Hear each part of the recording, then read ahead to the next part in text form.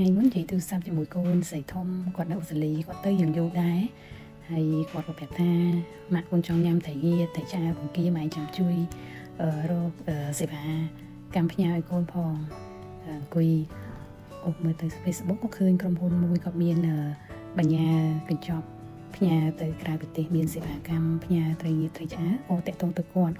អញ្ចឹងគាត់ក៏មកដល់ភ្លាមហើយចំពោះពីបុគ្គលិកវិញគាត់ជួយរៀបចំវេចខ្ចប់ហើយបំពេញឯកសារឲ្យឡើងងាយស្រួលហើយទៅដល់ដៃកូនគាត់ប្រាប់ថាតែ3-4ថ្ងៃឯងទៅដល់ហើយអូស្ត្រាលីហើយចាំមើលសិនមើលតើកូនបានទទួលថ្ងៃណាដែរ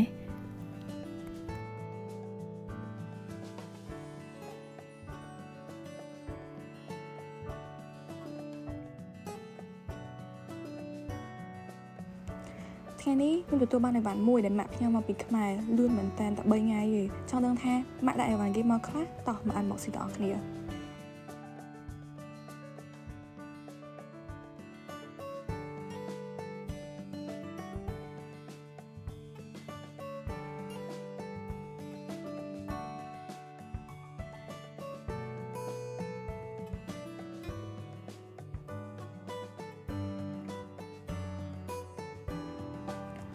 នៅក្នុងកែមួយនេះសិតតែជាអ្វីដែលខ្ញុំចូលចិត្តការបើកខ្ចប់វិញគឺថាល្អខ្លាំងមែនតើចំពោះត្រីងៀតហើយនៅបកាខៀវវិញគឺបានបើកខ្ចប់បានល្អហើយស្អាតទៀតអត់មានធំក្លិនទេនៅពេលទទួលបានអ្វីមួយហ្នឹងហើយក៏អត់ភ្លេចនឹងការអរគុណម៉ាក់ធំៗដែលតែងតែមើលថែនិងគ្រប់គ្រងគ្រប់ពេលវេលា